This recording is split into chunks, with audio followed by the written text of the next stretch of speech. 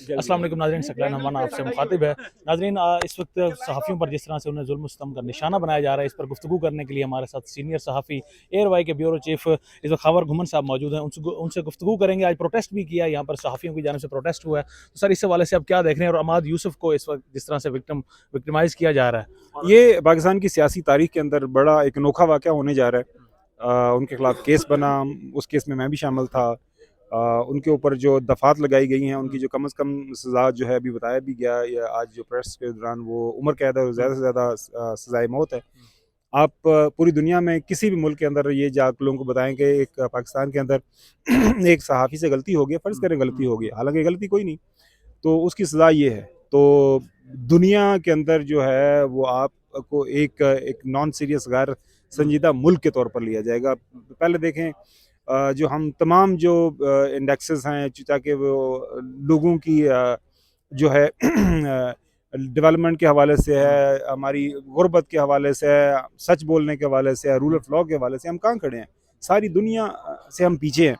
तो खुदारा हम एक जमहूरी मुल्क हैं, इसको जमहूरी मुल्क रहने दें। और जमहूरी मुल्क के अंदर बड़ा ज़रूरी है कि जो बुनियादी हकूक़ हैं लोगों के, महकमों के, किसी भी इदारे के, जिस तरह हम सहाफ़ी हैं, तो हमारा ये बुनियादी काम है। हमारा काम क्या है? हमारा काम है कि जो भी चीज़ें हो रही हैं हम उनके ऊपर बात करें, लोगों को हक़ाइक़ बताएँ, जो भी डेवलपमेंट्स हैं वो लोगों के सामने रखें। अगर हम किसी आईना दिखाते हैं तो वो यही होता है कि हर दौर में ये होता है कि बेचारा सहाफ़ी ही जो है फिर इनके टारगेट पे आ जाता है। लेकिन उम्मीद है कि जिस तरह ये हमने जद्दोजहद शुरू की है, और 30 को हम यहाँ से जो लॉन्ग मार्च करेंगे, उसके बाद देखते हैं कि हुकूमत का इसके ऊपर क्या रिस्पॉन्स होता है। सर, एक मरतबा प्रेस कॉन्फ्रेंस में मरीम नवाज साहिबा ने एयर वाई का माइक उठवाया। उसके बाद अरशद शरीफ की शहादत हुई। हालांकि अरशद शरीफ एयर वाई के ही एंकर पर्सन थे। उसके बाद उंगलियां जो है वो पीडीएम की जानिब से खसूसन उंगलियां उठाई गई एयर वाई पर। इस हवाले से एयर वाई का क्या लाहे अमल है?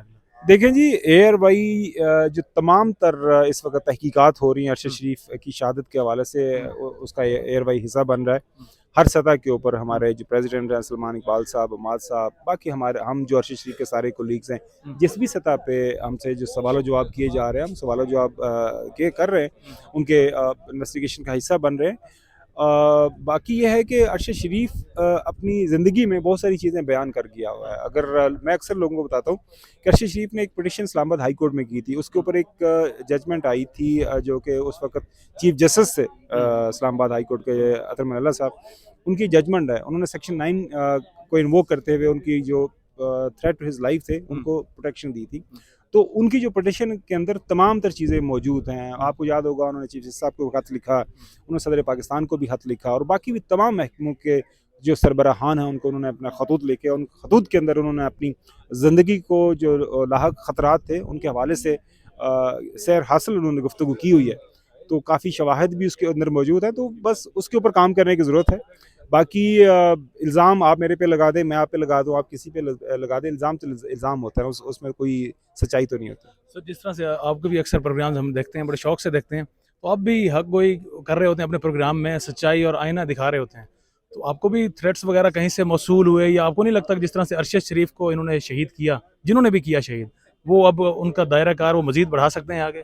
देखें, वो जो शहीद अरशद शरीफ का बड़ा एक वो वायरल हुआ है उनका एक, उन्होंने इसी तरह किसी जगह बात की थी कि जो आपकी ज़िंदगी जितनी है वो बहैसियत मुसलमान, वो आपका जो रात आपकी कब्र में है वो कब्र में ही है। वो शहीद अरशद शरीफ ने भी ये फरमाया था।